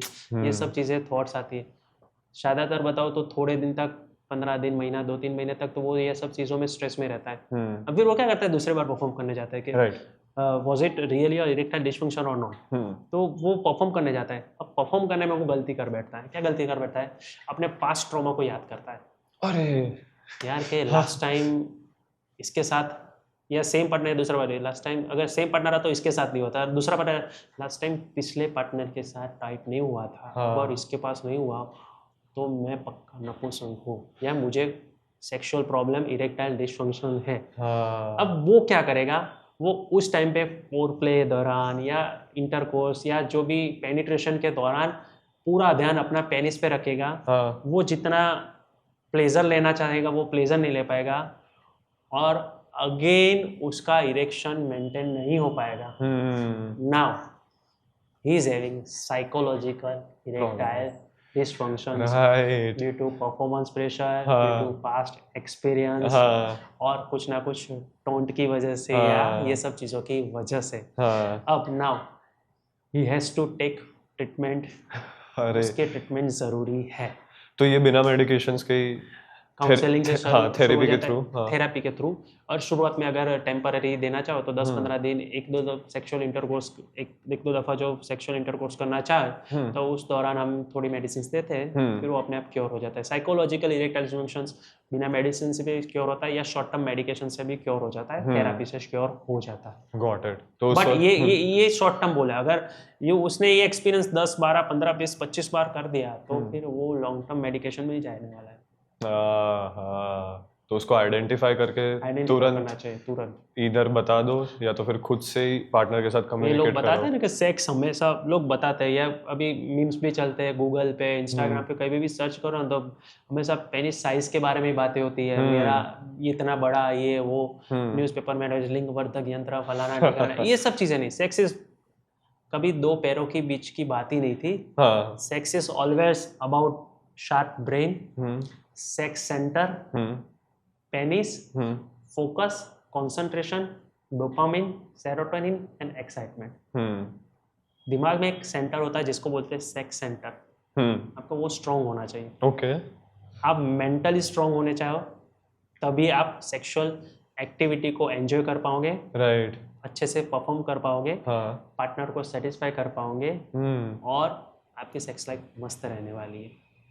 सिर्फ पेनिस पे फोकस करना, पेनिस को वॉश करना, पेनिस को वॉश करो, क्लीन करो, व्हाटएवर, अपने ब्रेन को वॉश करो, राइट, स्ट्रेस से दूर रहो। जब प्लेजर लेने जाओ तब फोन बंद करो, Right. अच्छी जगह पे जाओ, अच्छे टाइम के साथ जाओ, अच्छे मूड के साथ जाओ, और दुनिया का जितना भी टेंशन है साइड में उसको रखो। साइड में रखो, हाँ, अपने आप को, अपने पार्टनर को सेटिस्फाई करने की कोशिश करो। राइट। ऐसा होता है क्या सर कि the more you indulge in sexual intercourse with your partner, तो उतना ही ज़्यादा बेड में लास्ट करोगे? इमोशनल कनेक्टिविटी, दोनों पार्टनर के बीच जितनी अच्छी इमोशनल कनेक्टिविटी रहेगी ना, ओपन कम्युनिकेशन, एक दूसरे की फीलिंग्स को समझना, सेक्सुअल इंटरकोर्स से पहले एक दूसरे के साथ बातें करना कि बेड में मुझे क्या चीज़ें अच्छी लगती है, मैं कहाँ पे पिश ऑफ हो जाती हूँ या हो जाता हूँ, और मुझे क्या क्या करने में मज़ा आता है, मुझे डिफरेंट पोजीशंस में मज़ा आता है, या डिफरेंट सेक्स के तरीक़ों में मज़ा आता है, या मुझे कुछ ऑब्जेक्ट्स चाहिए, या मुझे ज़्यादा फोरप्ले चाहिए, और आफ्टर सेक्स के बाद जैसे भी फोरप्ले होता है वैसे भी आफ्टर प्ले भी मुझे चाहिए, और उसके बाद एक हेल्दी कन्वर्सेशन, थोड़ा बहुत वॉक, थोड़ी आउटिंग, चाय कॉफ़ी नाश्ता, तभी मज़ा आता है। अगर ये कम्युनिकेट नहीं किया और जैसे कि पार्टनर के साथ मिले, सेक्स किया, कपड़े पहने निकल लिए, तो मज़ा नहीं आएगा। ओवरऑल एक्सपीरियंस करना है, मतलब हमें सेक्स एक लाइफ जीनी है, मतलब ये एक चीज जीनी, ये सिर्फ सेक्स मतलब मिले, पेनिस ने वजाइना में पेनिट्रेट किया, 5 मिनट स्ट्रोक किया, 10 मिनट स्ट्रोक किया, सीमेन इजेक्युलेट किया, कपड़े पहने निकल लिया, नहीं नहीं नहीं, इसको सेक्स नहीं बोलते, उसको कुछ नहीं बोलते। सेक्स इज ऑल अबाउट बैठ के बातें करो, communications, emotional connections, foreplay, intercourse, after play, healthy talk. एक जर्नी है जो सिर्फ 15-20 मिनट की नहीं है, 4-5 घंटे की है। तो उतना टाइम निकालो, स्पेंड करो, समझो एक दूसरे को। सर, तो मेरा नेक्स्ट क्वेश्चन है कि सेक्सुअल परफॉर्मेंस एंजाइटी जिसके भी हम बात कर रहे थे और कॉन्फिडेंस के बीच का क्या रिलेशन है, और अगर इसको बिना मेडिकेशन ओवरकम करना हो किसी को, तो उसका आंसर हर बार यही होगा कि I have to be open with my partner, यही होना चाहिए ना? पार्टनर के साथ लॉयल रहना, इमोशनल कनेक्टिविटी रहना, वही ज़रूरी है। बाकी परफॉर्मेंस प्रेशर तो क्या है कि पहली बार सेक्स करते हैं तो जितना मेल को होता है उतना ही फीमेल को होता है। फीमेल को ये चीज़ सेफ, भगवान ने जो स्ट्रक्चर दिया है फीमेल में, वो इतना बहुत सही दिया है कि उनको परफॉर्म नहीं करना है। और पुरुषों में एक प्रॉब्लम दी हुई है कि उनको इरेक्शन कंटिन्यू रखना है। तो जो इरेक्शन रखने का जो प्रेशर है ना, वो मतलब 12वीं की बोर्ड की एग्जाम से 100 टाइम्स हायर है। राइट। ये जो इरेक्शन रखना, तो ये परफॉर्मेंस प्रेशर एक कमाल की चीज़ है। ये परफॉर्मेंस प्रेशर जब फैमिली प्लानिंग वाले कपल होते हैं तब भी बहुत ज़्यादा पाया जाता है। मेरे पास नॉर्मली सबसे ज़्यादा केस न्यूली मैरिड लोगों के आते हैं, उसके बाद फैमिली प्लानिंग वाले कि सर हम 3 महीने से फैमिली प्लानिंग कर रहे हैं, हमारे 3 साल से शादी हुई है, सब सही चल रहा है, सेक्सुअल लाइफ सब सही चल रही है, जब से हमने सोचा फैमिली प्लानिंग का, इनको इरेक्टाइल डिस्फंक्शन हो रखा है। अरे बाप रे, क्योंकि अभी तो परफॉर्म करना है, अभी तो इजेक्युलेट करना है, और अभी टारगेट पे ही जाना चाहिए स्पर्म, अब वो नहीं जा रहा है, अभी बच्चा नहीं हो रहा है, तो अभी सर प्रेशर आ रहा है। अरे बाप रे। तो performance pressure is real, it is real. Confidence रखना जरूरी है। मैंने बोला ना, इसको वॉश करो। हाइजीन सिर्फ नीचे थोड़ा रखना है, हाइजीन यहाँ पे भी रखना है। यहाँ से जितनी क्लैरिटी होगी, साफ दिमाग है, इमोशनल कनेक्ट है, उतना ही बेटर होगा सब।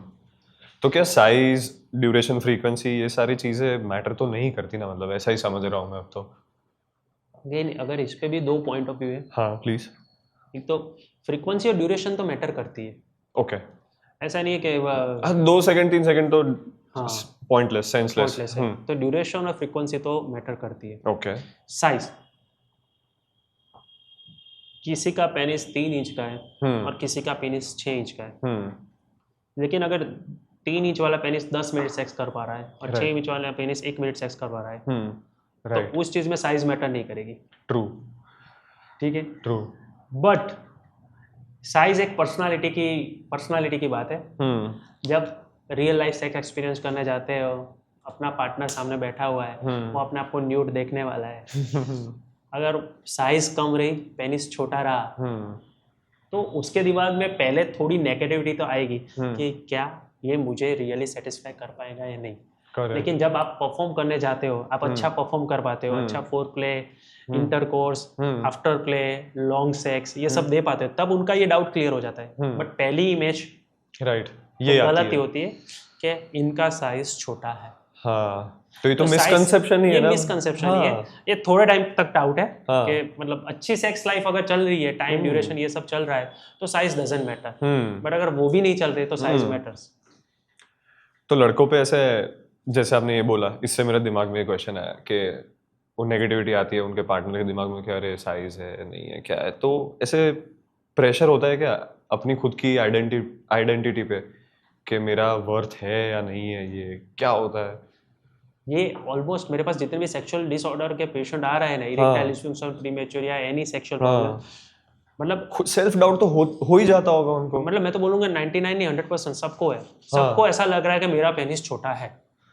अब ये पोर्नोग्राफी से आया है या पब्लिक टॉयलेट में दूसरों का पेनिस देख देख के आया है या पता ही नहीं चल रहा। लेकिन जितने भी मेरे पास सेक्सुअल प्रॉब्लम्स के पेशेंट आ रहे हैं, सबका ये क्वेश्चन रहता है, सर मेरा पेनिस छोटा है, इसको बड़ा होने की कोई दवाई दो। अरे अब ये सेल्फ डाउट, मतलब मैं बताऊं तो 100% पेशेंट, मतलब ये प्रॉब्लम्स वाले पेशेंट को है। बाकी नॉर्मली जिनका नॉलेज थरली है, जिनको पता है, जो अपनी सेक्स लाइफ से हैप्पी है, जो अपने पार्टनर को सेटिस्फाई कर रहे हैं, उनको कभी ऐसा नहीं लगता कि मेरा पेनिस छोटा है। ये सब डिसऑर्डर वालों की देन है। डिसऑर्डर वालों भी मैंने बताया ना कि मेरे पास जितने कंसल्टेशन में आते हैं उसमें से 50% लोगों को ऐसा लगता है मुझे सेक्सुअल प्रॉब्लम है, हालांकि उनको कोई सेक्सुअल प्रॉब्लम होती नहीं है। वो माइंडसेट उनका नहीं होता, एंड माइंडसेट हो गया तो उनको सेक्सुअल प्रॉब्लम है ही नहीं। मेरे 2-3 और क्यूरियस क्वेश्चंस है ईडी के रिलेटेड कि स्मोकिंग से इरेक्टाइल डिसफंक्शन का क्या रिलेशन होता है, फिर ड्रिंकिंग से इरेक्टाइल डिसफंक्शन का क्या रिलेशन होता है, अगर आप समझा पाओ तो। Any addiction can leads to erectile dysfunction. Okay. अब एक सिंपल सा रीजन है इरेक्टाइल डिसफंक्शन क्यों हो रहा है।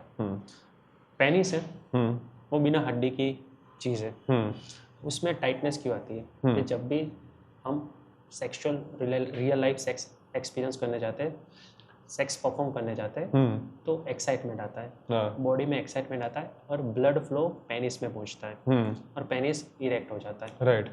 जो भी लोग स्मोक या अल्कोहल या कैनाबिस वीड जो भी ले रहे हैं, उसकी वजह से उनके जो ब्लड फ्लो में पंपिंग है, वो हार्ट में से जो ब्लड फ्लो का पंप जा रहा है वो कम फ्लो जा रहा है। राइट। और इवेंचुअली क्या होता है कि कोलेस्ट्रॉल के प्लेक्स जमा होते हैं या कुछ भी चीज़ों की वजह से धीरे धीरे वो नसें सूखने लगती है और जो ब्लड फ्लो नेचुरली जाना चाहिए वो नहीं जा पाता, तो उनका हार्डनेस नहीं हो पाता और जिसको हम इरेक्टाइल डिसफंक्शंस बोलते हैं। तो स्मोकिंग, ड्रिंकिंग या कोई भी एडिक्शन तुरंत नहीं, but over a period of time 8 साल 10 साल के बाद इरेक्टाइल डिसफंक्शंस कर सकता है। तो इसमें स्पर्म क्वालिटी अफेक्ट होती है स्मोकिंग की वजह से? यस, स्पर्म जो है वो पेनिस के नीचे जो टेस्टिस है, जो भी चीज़ है वहाँ से बनते हैं और धीरे धीरे नली से बाहर आते हैं और जब हमारा सेक्सुअल इंटरकोर्स ख़त्म हो जाए तब डिस्चार्ज होते हैं। स्मोकिंग, अल्कोहल अगेन स्पर्म की क्वालिटी, क्वांटिटी और मोटिलिटी तीनों चीज़ कम करती है और उसका ड्यूरेशन तो 8-10 साल भी नहीं है, 1 साल के बाद भी ये चीज़ें हो सकती है। राइट। तो मेरे पास जो फैमिली प्लानिंग के कपल आते हैं, हम जब भी स्पर्म का रिपोर्ट कराते हैं और स्पर्म में क्वालिटी, क्वांटिटी, मोटिलिटी कुछ भी अफेक्ट है, हम एडिक्शन की हिस्ट्री लेती है और 70% पेशेंट में एडिक्शन की हिस्ट्री मिलती है। तो addiction is also one of the reasons for low sperm count. Okay, got it. अब जैसे एग्जाम्पल लेते हैं, पर्सनल लेवल एग्जाम्पल। मैं मेरे पार्टनर के साथ 1 घंटे 1.5 घंटे से मेकआउट कर रहा हूँ, मेरा इरेक्शन मेंटेन्ड है थ्रू आउट, पर मैं इजैकुलेट नहीं कर रहा हूँ। बाद में हम दोनों रुक जाते हैं, हम कहीं चले गए, उसके बाद बहुत कॉमन होता है कि सब लड़कों को ब्लू बॉल्स हो जाते हैं। उस पॉइंट पे यूजुअली मैंने मेरे दोस्त से ही पूछा था, जैसे हमने शुरू में डिस्कस किया, किससे पूछेंगे, दोस्त से पूछेंगे, तो मेरे फ्रेंड ने मुझे एडवाइस किया कि you have to masturbate after that. तो करना ज़रूरी है उसके बाद, क्योंकि वो पेन होने लगता है एक पॉइंट के बाद। ये चीज़ है ना, इसका दोनों पॉइंट ऑफ व्यू सही है। ठीक है, अगर आपको करना है तो कर लो, अगर नहीं करना है तो मत करो।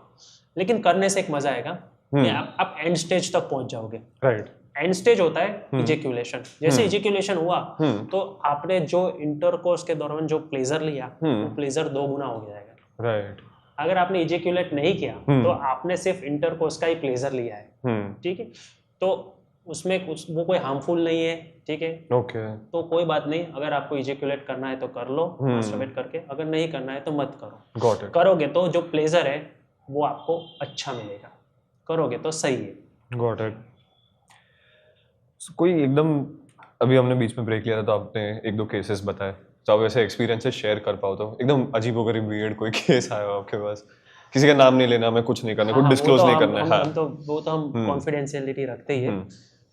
जनरली क्या होता है, मैंने सेक्सुअल प्रॉब्लम्स के जितने भी मरीज देखे, इरेक्टाइल डिसफंक्शंस, या ज़्यादातर लोगों को साइज का तो वो एक एंजाइटी है कि मेरी साइज कम ही है, ठीक है। मेरे पास ओबेस मरीज बहुत आते हैं। ओबेस मतलब जिनका तोंद निकली हुई है, जिनका वजन 100 किलो 125 किलो है, वो बोलते हैं सर हमें साइज इशू है। एक्चुअली जब हम उनका एग्जामिनेशन करते हैं तो उनका पेनिस इतना विजिबल क्लियरली नॉर्मल लोगों की जैसा नहीं होता, कि वो उनके पेट के नीचे दबा हुआ रहता है। उन लोगों को हम एडवाइस देते हैं कि आप 30 से 40 किलो जैसे ही वेट लॉस करोगे, सेंट्रल ओबेसिटी, अपना पेट का हिस्सा कम करोगे, वैसे ही आपकी जो फैट है वो डिसॉल्व हो जाएगी, और जो आपका पेनिस जो नेचुरली दिखना चाहिए वो नॉर्मल से ज़्यादा लंबा और बड़ा दिखेगा। तो मेरे पास तो ऐसे काफ़ी केसेस आते हैं जो बताते हैं कि सर मेरे को साइज का प्रॉब्लम। भाई आपको साइज का प्रॉब्लम नहीं है, आपकी बॉडी का साइज का प्रॉब्लम है। कि बॉडी की साइज कम करो, आपके प्राइवेट पार्ट पेनिस की साइज अपने आप बड़ी हो जाएगी। दूसरी चीज़ ये आती है कि जो मैरिड कपल होते हैं, ऐसे केसेस आए हुए हैं कि जब फीमेल बोलती है कि इनसे हो नहीं रहा, मेल बोलती है नहीं मैं परफॉर्म करता हूँ, फीमेल बोलती है कि यार मेरा तो एक्सपीरियंस है, बिफोर मैरिज भी मैंने परफॉर्म किया हुआ है, ऐसे सेक्स नहीं होता, सेक्स अच्छी तरीके से होता है। लेकिन हस्बैंड क्या बोलता है कि बस ये ऐसे ही सेक्स होता है, तो मानने की कोशिश नहीं करती है। फिर फीमेल उनके ऊपर कुछ नपुंसकता या ऐसी ऐसी चीज़ों के आरोप लगा देती है, क्योंकि उनको भी पता है कि सेक्स कैसे होता है। पेनिस हार्ड होना चाहिए, पूरा अंदर तक जाना चाहिए, डिस्चार्ज होना चाहिए, उसको ही सेक्सुअल इंटरकोर्स बोलते हैं। काफ़ी लोगों में ऐसा होता है कि खड़ा हो गया, अंदर डाला, 2-3 बार किया, खत्म, मैंने सेक्स किया। उसको सेक्स नहीं बोलते, वो सिर्फ बिगिनिंग है। आपने सेक्स की कोशिश की, आपने सेक्स तो किया ही नहीं है। ऐसे केसेस तो बहुत आते हैं। फिर फैमिली प्लानिंग वाले केसेस आते हैं जो परफॉर्मेंस प्रेशर की वजह से परफॉर्म नहीं कर पाते। और फिर कुछ यंगस्टर्स आते हैं कि जो एक से ज़्यादा बार सेक्स करने की कोशिश करते हैं और फेल होते हैं। बोलते हैं कि सर कल रात हमने 4 बार किया, पहले 2 बार हो गया, फिर नहीं हुआ। फिर मैं पूछता हूँ कि मतलब कैसे किया, तो बोला कि रात के 12 बजे सेक्स किया, 12-15 को खत्म हो गया, वॉश किया, 12-20 को फिर से ट्राई किया, फिर से हो गया, 12-25-30-40 तक खत्म हो गया, फिर वॉश किया, फिर करने को, फिर नहीं हुआ, फिर नहीं हुआ। फिर मैंने बोला कि अरे भाई कितना करना है, रुक जा, कर 4 बार। लेकिन 2 इंटरकोर्स के दौरान 2 से 3 घंटे का ब्रेक ले, अपने आप को हाइड्रेट रख, पानी पी ज्यादा, बातचीत कर, इमोशनल कनेक्ट हो जा, थोड़ा बाहर वॉक करके आ, टीवी देख, अच्छे से बातें कर, 3-4 घंटा हो जाए, वापस कोशिश कर, हो जाएगा। लेकिन ये तो क्या है कि एक रात में मैं 8 बार कर सकता हूँ, एक रात में जो 10 बार कर, जो रेस लगी हुई है ना लड़कों में, उसकी वजह से भी इरेक्टाइल डिसफंक्शंस होते हैं। अरे बाप रे, फिर वो ट्रॉमा हो जाता है। जब दूसरी बार जाता है तब याद आता है कि पिछली बार नहीं क्या हुआ था। करेक्ट। साइकोलॉजी ऐसी डेवलप होती है। पर्सनल हाइजीन इन सब में कैसा रोल प्ले करता है? पर्सनल हाइजीन बहुत अच्छा रोल प्ले करता है, क्योंकि पर्सनली ये बताओ कि अगर आपका पर्सनल हाइजीन अच्छा ही नहीं है, आपके प्राइवेट पार्ट्स अच्छे नहीं है, तो आपको वजाइनल और पेनिस में दोनों में बैक्टीरियल, वायरल और फंगल तीनों टाइप के इन्फेक्शंस होने के चांसेस है। फिर उसकी ट्रीटमेंट करानी पड़ती है। कोई एक पार्टनर अगर सेक्स के दौरान पर्सनली अपना हाइजीन रख नहीं रहा तो वो दूसरे अपने पार्टनर को इन्फेक्शंस के चांसेस ज़्यादा बढ़ा देता है। ट्रू। पर्सनल हाइजीन अच्छा नहीं रखोगे तो आप अपने पार्टनर से सिर्फ वजाइनल सेक्स ही एक्सपेक्ट कर पाओगे, वो आपको ओरल सेक्स या कोई और तरीके का सेक्स नहीं देने वाले, क्योंकि उनको भी हाइजीन मैटर्स करता होगा। पर्सनल हाइजीन रखना अपने आप को इन्फेक्शन से दूर करने के लिए, और दूसरा अच्छी सेक्स लाइफ के लिए भी ज़रूरी है। सर वापस आते थोड़ा डोपामिन वाले पार्ट पे, तो एक डिजिटल डिटॉक्स करना या तो फिर नो फैप जैसी चीज़ फॉलो करना, वो डोपामिन वापस बैलेंस में ले आता है? डिजिटल डिटॉक्स बताओ या नो फैप बताओ, मतलब abstinence from masturbation, abstinence from porn और एब्सटिनेंस फ्रॉम सेक्स, इसको बोलते हैं, ठीक है। ये भी वेरी करता है पर्सन टू पर्सन। मतलब मैं अपनी बात करूँ कि मुझे डिजिटल डिटॉक्स होना है, तो मैं अपने आप को दिमाग से मैं इतना स्ट्रांग हूँ या मोटिवेट हूँ कि मैं ये कर पाऊंगा। लेकिन मैंने कई लोग देखे हैं, वो करते करते उनको फेलर मिल जाता है। फेलर मिल जाता है तो उनका डोपामाइन वापस जो कम होना, मतलब जो ज़्यादा होना चाहिए, वो उससे भी ज़्यादा कम हो जाता है, और वो उनका जो प्लेजर वो चला जाता है। कुछ लोगों में मैंने ऐसा पाया गया है, लंबे समय तक डिजिटल डिटॉक्स या नो फैप करने से जब टाइम बाद 1 साल या 2 साल बाद वो परफॉर्म करने जाते हैं, तो उनको सेक्सुअल प्रॉब्लम्स हो जाता है, साइकोलॉजिकल इरेक्टाइल डिसफंक्शन या साइकोलॉजिकल प्रीमेच्योर इजैकुलेशन। कि इतने टाइम से किया नहीं है, क्या होगा, कैसे होगा। तो जो चीज़ नेचुरल है, रिप्रोडक्टिव एज है, मतलब 15 या 18 साल से गिनो, 18 साल से लेके 50 साल तक, उसमें डिजिटल डिटॉक्स जैसा कुछ नहीं होना चाहिए। उस दौरान फ्रीक्वेंसी, टाइमिंग, ये सब चीज़ें मेंटेन करनी चाहिए। हाँ, गैप्स चाहिए, ज़रूरी है, कभी कभी 2 महीने 3 महीना गैप रख लो, लेकिन साल 2 साल 3 साल इतना गैप रखना ज़रूरी नहीं है। उसकी वजह से डोपामाइन कम हो जाता है, प्लेजर मिलना बंद हो जाता है, कुछ लोग भूल जाते हैं, कुछ लोगों से हो नहीं पाता, काफ़ी कुछ साइकोलॉजिकल इश्यू हो जाता है। तो अगर इसी चीज़ को उल्टा कर दे कि जैसे मेरी लाइफ में मुझे बहुत सारे बाहर के सोर्सेज से डोपामिन मिल रहा है, जंक फूड हो गया, इंस्टाग्राम स्क्रॉलिंग हो गया, कुछ भी हो गया, कि मुझे फटाफट वो क्विक स्पाइक मिल रहा है, तो वो चीज़ डायरेक्ट किसी की सेक्सुअल हेल्थ या सेक्सुअल लाइफ को इम्पैक्ट करती है। जैसे आजकल सबका अटेंशन टाइम स्पैन बहुत कम है, कि 3 सेकंड में रील देख ली, चेंज कर दिया, कुछ और अच्छा चाहिए, कुछ और अच्छा चाहिए, कुछ और अच्छा चाहिए, तो वो इम्पैक्ट करता है क्या? अगर ये दूसरे तरीके बताओ डोपामाइन रिलीज करने के, तो ऐसा कोई फिक्स मेजरमेंट नहीं है कि डोपामाइन इतना ही रिलीज करो दिमाग में। अगर मुझे प्लेजर मिल रहा है तो मैं सब जगह से लेना चाहूंगा, वो जंक फूड हो, इंस्टाग्राम स्क्रॉलिंग हो, एडवेंचर्स हो, ट्रिप हो या सेक्स हो, ठीक है। वो कभी ऐसा अफेक्ट नहीं करता कि मुझे ये सब चीजों से डोपामाइन मिल रहा है तो अब मैं सेक्स में मेरे को कम मिलेगा या मैं सेक्स से लेना नहीं चाहूंगा। Got it. वो कभी अफेक्ट नहीं करता। Got it. मुझे डोपामाइन मिल रहा है, मुझे प्लेजर मिल रहा है, तो मैं सब जगह से लूंगा, मैं क्यों कुछ छोड़ू। ट्रू, मेरे से हो रहा है, मुझसे मिल रहा है, तो करना ही चाहिए। समझ गया। आपने जैसे बीच में हुकअप कल्चर की और उन सब चीजों की बात की थी, तो इसमें एक लड़का इस जनरेशन में जेन जी की बात करते हैं, तो इमोशनल कनेक्ट और सेक्स को कैसे देखता है फिर? हुकअप कल्चर मैं बताऊँ ऐसा कोई बुरा नहीं है, ठीक है।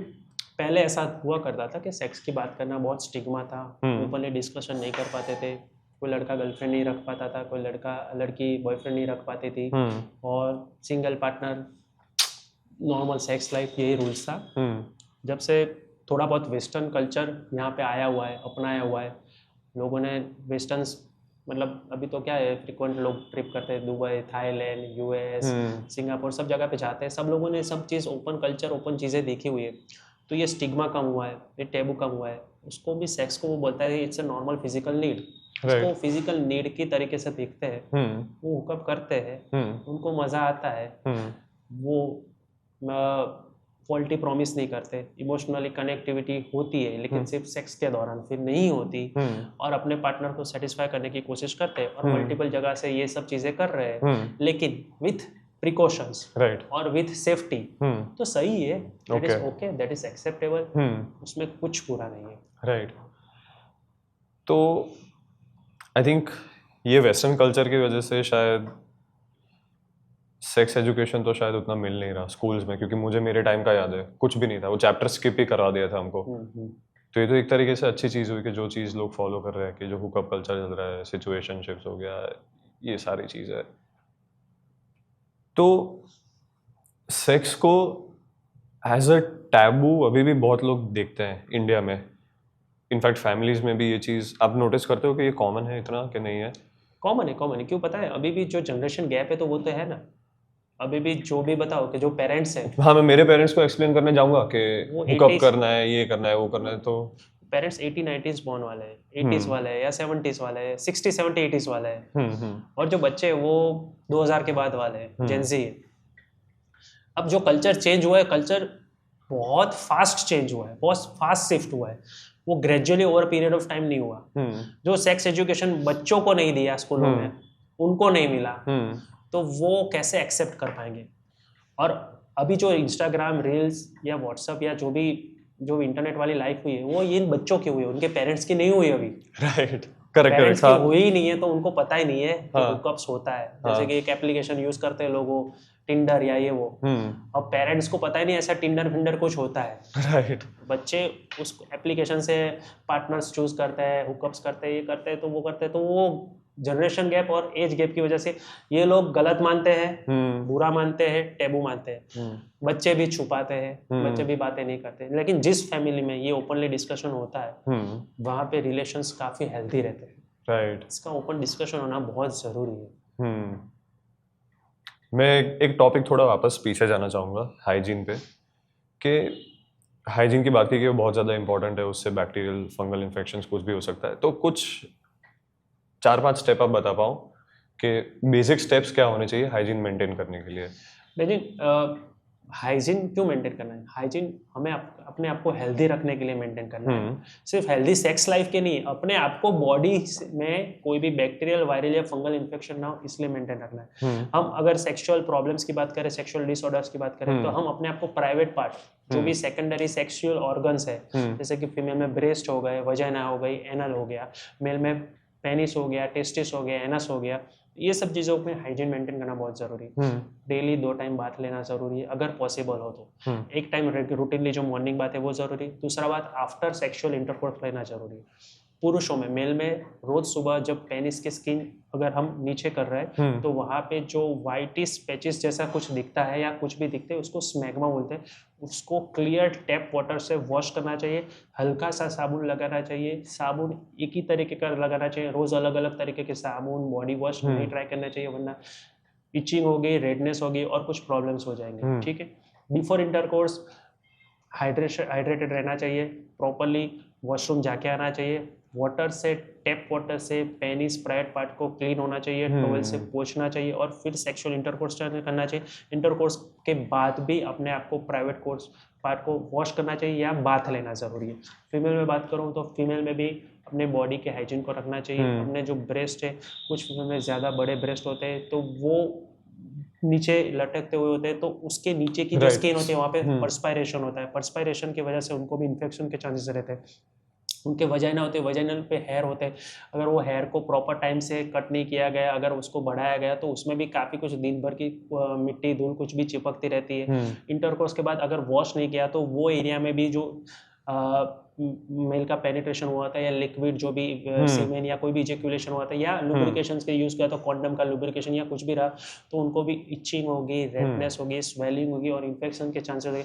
उनको भी आफ्टर सेक्स प्रॉपर बाथ लेना ज़रूरी होता है। सेक्सुअल हाइजीन जितना मेंटेन करोगे, प्राइवेट पार्ट का हाइजीन जितना मेंटेन करोगे, उतना आप हेल्दी लाइफ, सेक्सुअल लाइफ अपनी जी पाओगे और लंबी सेक्सुअल लाइफ जी पाओगे। ट्रू। मैं मतलब खुश हूँ, मेंटेन्ड है। हाइजीन मेंटेन करता हूँ मैं, मेरे लिए इट इज़ वेरी इंपॉर्टेंट। ये तो सबको करना चाहिए। हाँ, it is very important for me, ऐसे एक पर्सनल लेवल पे इट इज़ वेरी इंपॉर्टेंट। अगर आप सेक्सुअली एक्टिव हो या नहीं हो, पर्सनल हाइजीन रखना बहुत ज़रूरी है। बचपन में क्या पढ़ते थे, पहलू सूखते जाते नरिया। हाँ, मतलब हम अच्छे से रहेंगे तो हम हैप्पी है, अगर हम अच्छे से नहीं रहेंगे हाइजीन वाइज या कुछ भी वाइज तो बाकी क्या करना। राइट। एक थोड़ा अलग क्वेश्चन है, बचपन में बहुत लोगों को सेक्सुअल ट्रॉमा या कुछ फेस करते हैं, काफ़ी बच्चे जो बड़े होके शायद शेयर नहीं करते, तो वैसे केसेस या पेशेंट्स आते हैं आपके पास जो ओपन अप होते हैं कि भाई बचपन में मेरे साथ ऐसा हुआ था, ऐसा किया गया था, तो वो कैसे अफेक्ट करता है बाद में उनकी करंट लाइफ को या बड़े होके? मेरे पास काफ़ी असॉल्ट के केस आते हैं, लेकिन प्राइमरीली वो सेक्सुअल प्रॉब्लम्स के लिए नहीं आते। मैं एक साइकेट्रिस्ट भी हूँ, तो मेरे पास वो अपने डिप्रेशन या एंजाइटी को लेके मेरे पास ट्रीटमेंट कराने आते हैं। जब हम थरली हिस्ट्री लेते हैं, हम डिटेल में पूछते हैं, तब कहीं ना कहीं रूट कोज उनके चाइल्डहुड ट्रॉमा ही होते हैं। और चाइल्डहुड ट्रॉमा में जिनके साथ सेक्सुअल असॉल्ट हुआ है, वो असॉल्ट उनको लाइफ टाइम याद रहता है।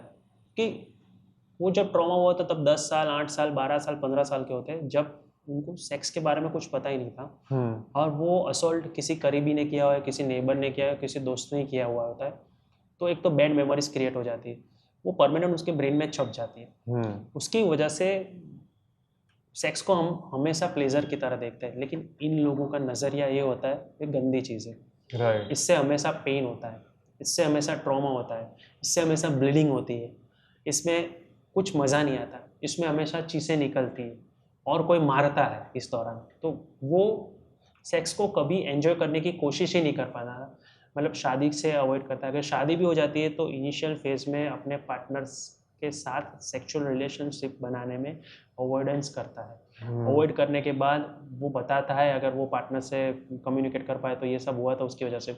ऐसे केसेस में हमें उनको पूरा सेक्स एजुकेशन देना ज़रूरी है, ट्रॉमा क्या है और रियल लाइफ सेक्स एक्सपीरियंस क्या है उसके बारे में जो लाइन है वो ड्रॉ करना ज़रूरी है। सेक्स करने से क्या क्या लाइफ में बेनिफिट्स हो गए, आपका स्ट्रेस बस्ट होगा, आगे जाके फैमिली प्लानिंग की वॉट एवर, ये सब चीज़ें उनको थरली एक्सप्लेन करना ज़रूरी है और उनका अच्छे से काउंसलिंग करना और उनको समझना ज़रूरी है। उनको समझोगे तो उनको समझा पाओगे, राइट, और जितना उनके दिमाग में जाओगे तभी वो खुल के बता पाएंगे।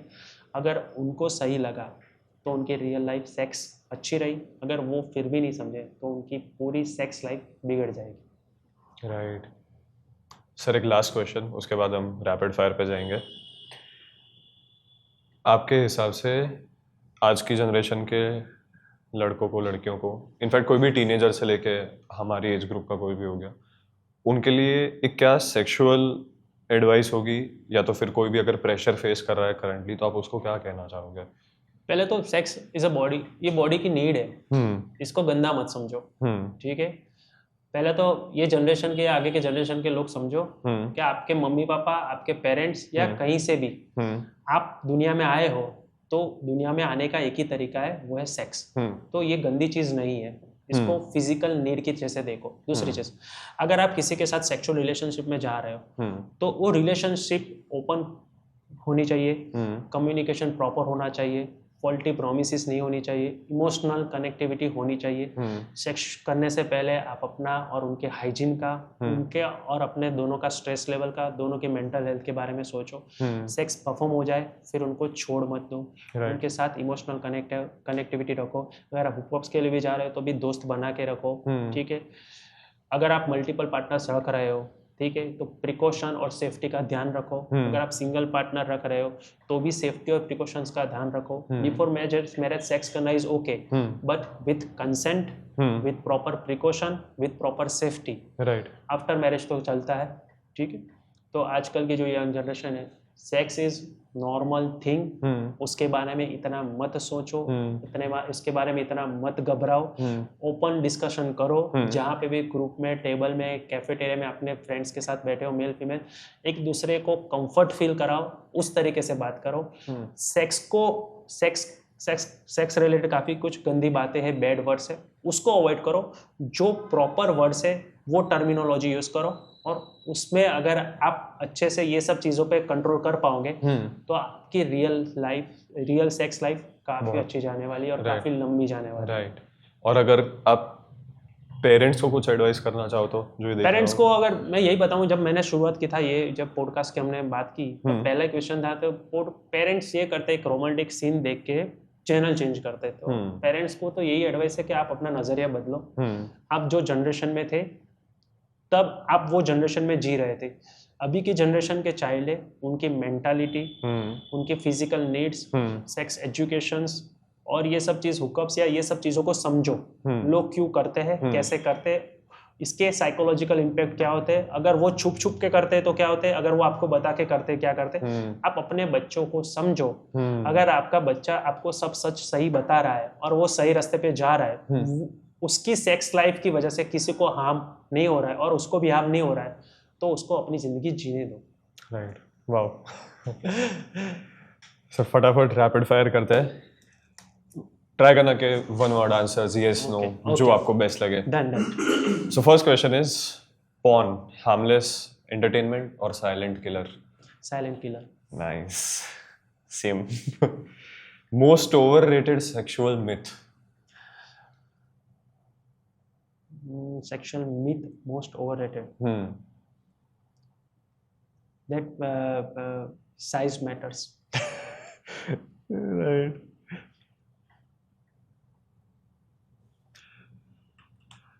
one sexual habit every man should build? Masturbate regularly, but don't get addicted. Wow, interesting, very interesting. Masturbation frequency ideally कितनी होनी चाहिए? 1 से 2 बार वीक में. Okay, amazing.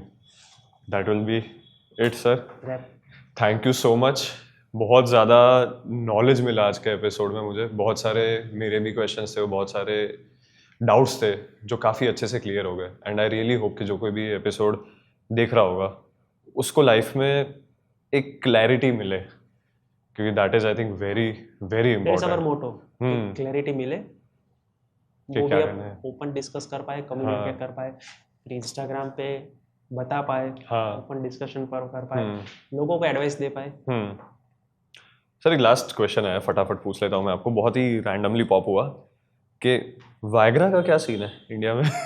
Viagra India performance के लिए लेते हैं. हाँ. पहली बार सेक्स करने जाते हैं, या हाँ. फिर अभी तो कल्चर चल रहा है कि इंडिया से बाहर जाते हैं. ऐसी कंट्री है कि जहाँ पे रेड लाइट एरिया से वहाँ पे सेक्स पेड सेक्स मिलता है, तो वहाँ पे वो लोग वाइग्रा लेके जाते हैं ताकि वो अपने पैसे वसूल कर पाए. या फिर यहाँ पे भी ऐसा होता है कि अपने आप को माचो में दिखाने के लिए, या अपने पार्टनर को ज़्यादा सेटिस्फाई करने के लिए, लंबा सेक्स चलाने के लिए, या अपना हार्डनेस एकदम फील करने के लिए वो वाइग्रा लेते हैं.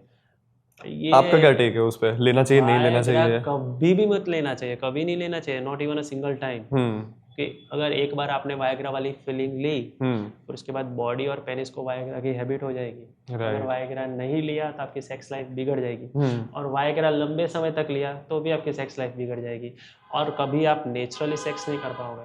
Viagra is a medicine. Medicine हमेशा केमिकल होते हैं. अगर आप बॉडी में केमिकल डालकर सेक्स कर रहे हो तो उसको नेचुरल सेक्स कैसे बोल सकते हैं? Right. Go for natural sex. ठीक है, कोई केमिकल सेक्स चाहिए ही नहीं, नेचुरल सेक्स ही सही है. सही है. Good closing statement. Thank you so much Tejas sir. बहुत अच्छा लगा, आपने इतना टाइम दिया, इतना कुछ सिखाया हम सबको. It was an amazing episode and it was really nice, you know, talking to you and learning a lot from you. Thank you so much sir. Thank you.